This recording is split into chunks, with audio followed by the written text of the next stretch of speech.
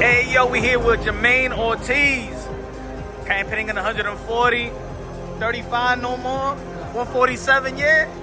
140, then 147. All right, man. So how you been, man? Last outing, great outing, last outing, man. How you feel, and moving forward, who you want to fight next? I feel great, man. I want to get one of these champions, Gary Russell, Cuello. I think once I get those two titles or one of the two, it'll be a great time for me to rematch with Teofimo.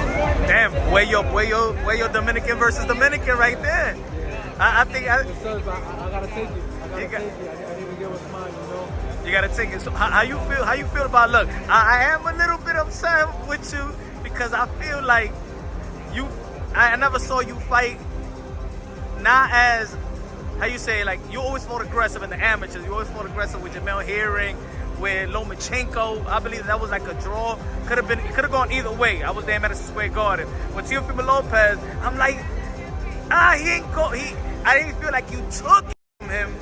What do you feel about that performance? What you learned about that performance? That's why I'm gonna do the rematch. I'm gonna make sure I take it to them. They didn't like the first performance. I'm gonna make sure they don't forget about the second one. Yeah, all right. So, but what do you learn from that experience? Because that was your first world title shot. Yeah. So what do you learn about that experience? Oh man, the championship rounds. As I watch more boxing, a lot of these champions sometimes they give away the first half of the fight.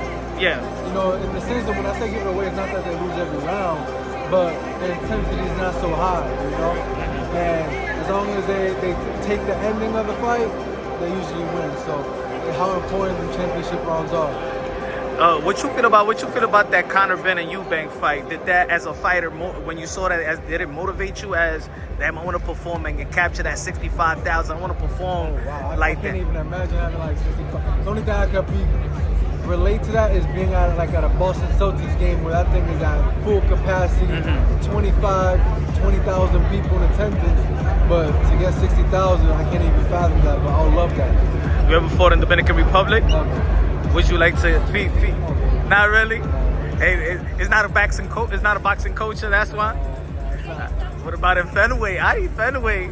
Boston, hopefully, That would be nice to come back to Boston at Fenway and have a world title there. That would be nice. A lot of guys that you came up with, like Boots, Tio, all these guys already got a world title. Do you feel like it's about time for me to get in the mix and stamp myself as a champion? It is. It's time. It's been time.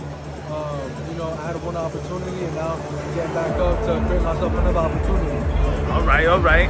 So what other fighter you looking for other than Cuello and Gary Antoine Russell that's going to give you that type of opportunity? Oh man, right. I know who you want, but who you think is a realist that's going to give you the shot when you ask for it? Realistically, I think I could get that shot with both of them. Okay. And what promotional company you with right now? Right now, my last fight was on Mattress. Okay. So it's like a 5-by-5 basis and stuff like that.